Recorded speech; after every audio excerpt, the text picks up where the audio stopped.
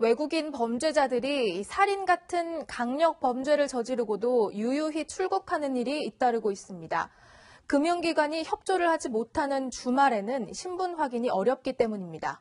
구멍 뚫린 사법제도의 문제점 짚어봤습니다. 더 깊은 뉴스 변종국 기자입니다. 2년 전 가을, 수도권의 한 농장에서 암매장된 시신이 발견됐습니다. 며칠 전 실종 신고가 접수된 농장 주인이었습니다. 그놈들이 싸는 거예요, 여기. 왜 삽으로 다 보는 거예요?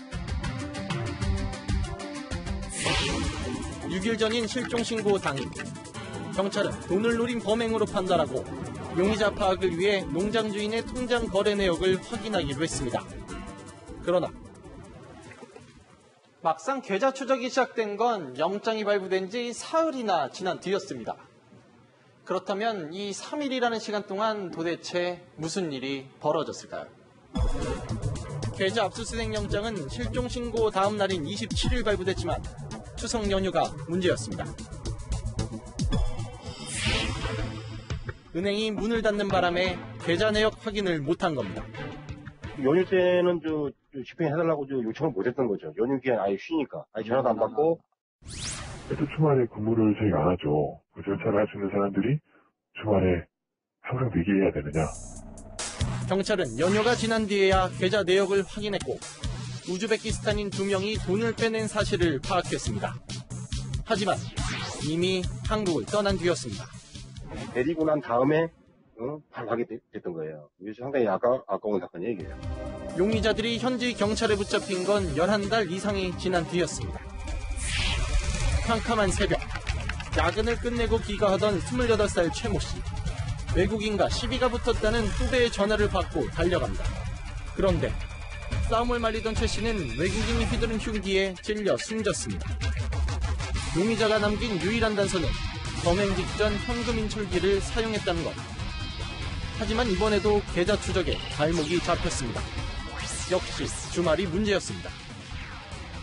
특정할 수 있는 수단 중에 하나가 계좌였는데 신청했는데 그날 공교롭게도 주말이 걸려 있어가지고 금융기관이라든지 아니면은 IT 업체라든지 도움 없이는 제대로 된 압수수색을 이루기가 어려운 부분이 있는데 그 주말에 압수수색 자체가 안 돼서 어떤 범인에게 이제 도피의 기회라든지 그 사이 용의자는 인천공항 출입국관리소를 찾아 불법 체류 자진 신고를 합니다.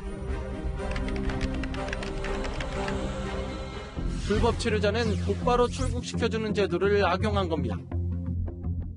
일정한 시기가 정도 이제 걸려야 이렇게 발각이 되기 때문에 자진해서 신고해서 나가게 되면 범죄가 발각되기 전에 이제 쉽게 출국할 수 있는. 황당하죠. 간발의 차이로 놓친 거니까. 담당 경찰관들은 밤에 억울해서 잠도 안 온다고 하더라고요. 최근 5년간 외국인 범죄는 꾸준히 증가했지만 미제 사건의 경우 정확한 통계조차 없습니다. 제도의 허점으로 범죄자를 놓치는 일이 잇따르자 정부도 뒤늦게 대책 마련에 나섰습니다. 외국인 용의자에 대해선 긴급 출국 정지를 할 수 있는 제도가 최근 국무회의를 통과했습니다. 외국인 200만 명 시대에 외국인 범죄도 급증하는 만큼 세밀한 제도 개선이 시급합니다. 채널A 뉴스 변종국입니다.